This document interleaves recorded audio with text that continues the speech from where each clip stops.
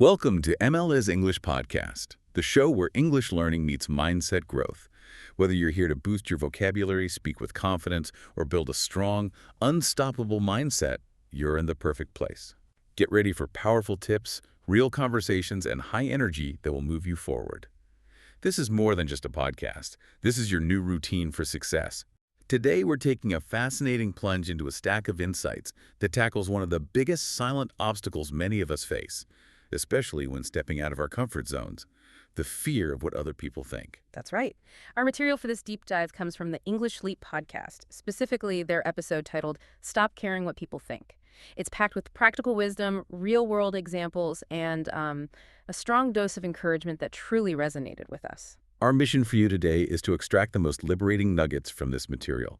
We'll uncover why this fear holds us back, how it often starts, and most importantly, how to truly break free. Yeah, whether you're learning a new skill, trying a new hobby, or just, want to be more authentically yourself, this deep dive offers a powerful pathway to that freedom. What really struck me about this material is how it frames this fear not as a solid barrier, but as an invisible cage.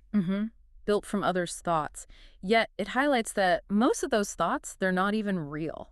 Right. And the core message isn't about becoming rude or careless. Not at all. It's about becoming free to speak, grow, make mistakes, and still stand tall, which is, incredibly empowering, I think. So let's unpack this idea of an invisible cage. How many times have you found yourself holding back from doing something, maybe speaking English out loud or, wearing something a bit different? Oh, all the time, just because you worry about what others might think. Exactly. This material immediately hits us with that relatable question, describing these as invisible opinions. That feel incredibly heavy. It's so true. Those invisible opinions really do weigh us down. And what's particularly insightful is how this fear of judgment often gets deeply embedded in us from a young age. Yeah. Think It's- about yeah. school experiences, for instance. We're constantly taught to seek approval. If you gave a wrong answer in class, you might have felt like the joke of the day. Right. That sting can linger, can it? It really can. Yeah. And it seeps into adulthood, becoming this invisible wall that's especially palpable for language learners. Yeah. I remember a personal anecdote shared in the material about being in class, trying to answer in broken English, Okay. and a few people just giggling, probably harmless, right? But it planted that seed of doubt. I can imagine. And from that day, the speaker started filtering everything they said, trying to sound perfect instead of just being themselves. It's a powerful illustration of how these early experiences shape us. That's so relatable. And Yeah. here's where it gets really interesting.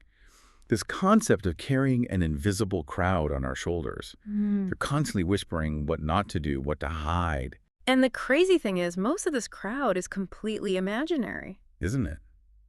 Yet we listen to them more than we listen to ourselves. which keeps us quiet when we should speak and anxious when we should just be present. Yeah, like we're performing for an audience that isn't even there. It makes you wonder, doesn't it, how much of our self-censorship is based on actual criticism versus just perceived judgment. Good question. And a powerful truth emerges from the source material. Most people are too caught up in their own world to be fixated on yours. That rings true. Think about a typo in a text message. You don't stop reading the entire text because of one small error, do you? No, of course not. So why should you stop speaking just because of a small mistake?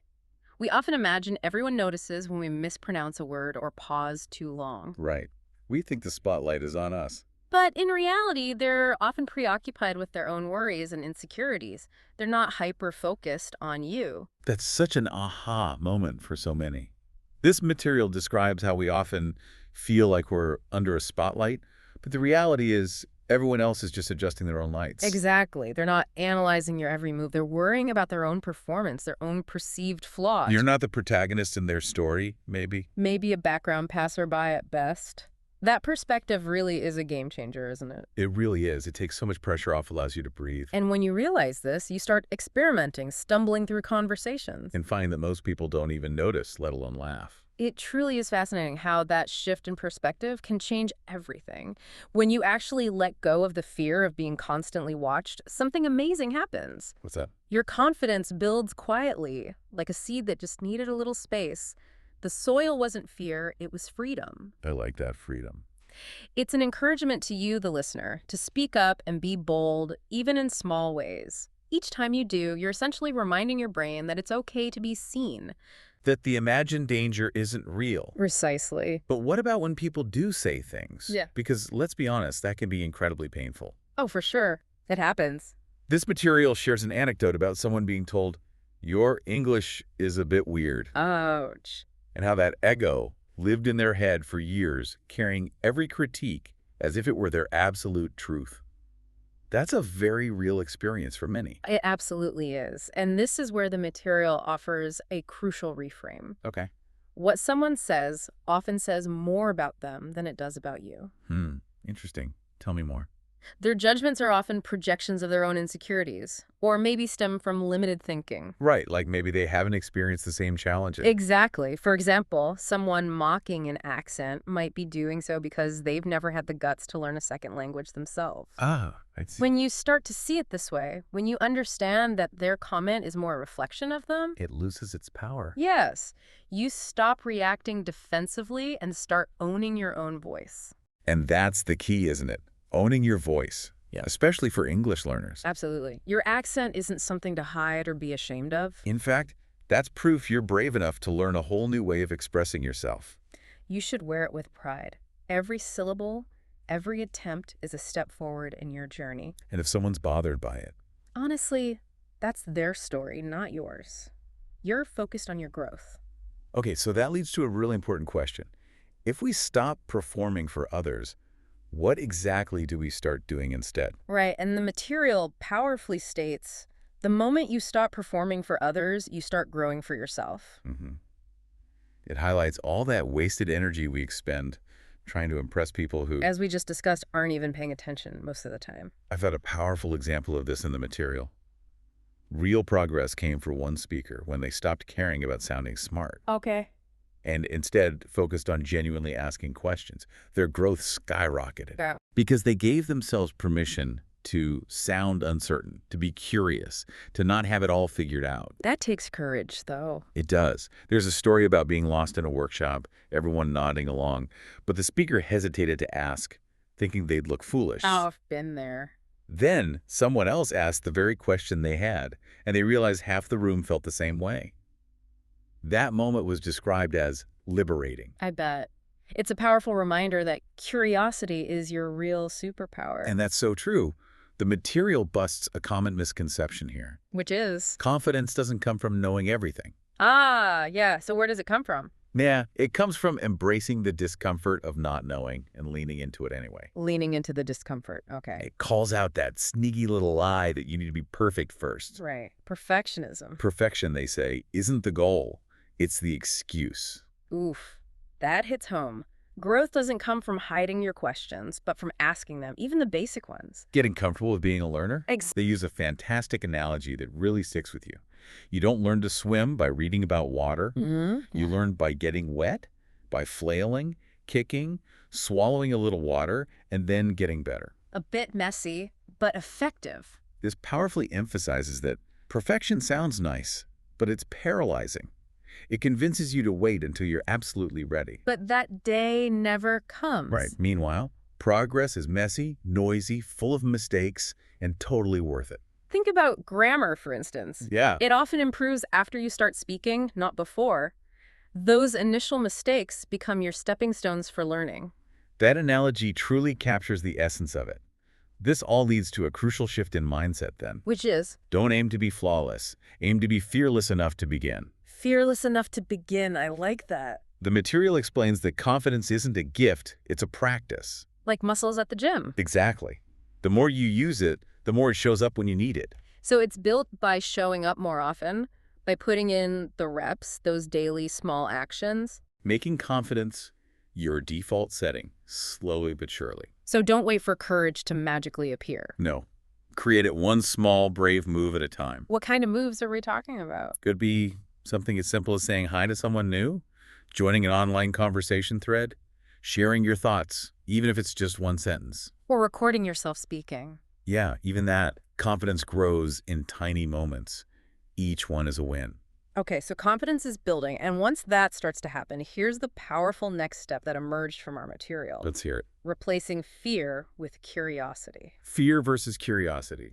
Fear holds you back, it freezes you, but curiosity, it invites you to grow. It's the fundamental difference between freezing up and leaning in to a situation. I love that distinction. Fear asks, what if I mess up? Yeah, the worst case scenario. But curiosity asks, what could I discover? Totally different energy. This tiny shift in framing can completely reframe how you perceive every conversation, moving you from feeling judged. To feeling genuinely intrigued. Right. The material describes approaching conversations like experiments, thinking, let's just try this, let's see how people respond. Like a scientist? Kind of, and funnily enough, the speaker found people responded much better because they were more present, more real in the interaction, less in their head. That makes sense. Curiosity softens the pressure. It shifts your focus from how do I look to what can I learn from this interaction, So you stop seeing others as critics. and start seeing them as part of your learning journey. Yeah. And here's the best part. The more curious you become, the less failure stings. How so? Because now even a slip-up becomes data, not drama. Data, not drama. I like that. Instead of judging yourself after speaking English, try asking a simple question like, what surprised me? Or what worked well? That's curiosity in action. And it's far more powerful than self-criticism. That focus from did I mess up to what did I learn Yeah. is truly where the real growth lives.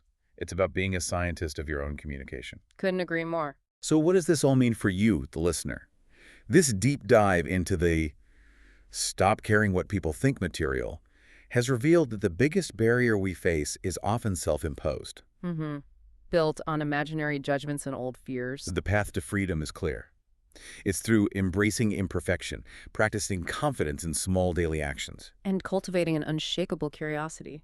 The core takeaway is profoundly powerful.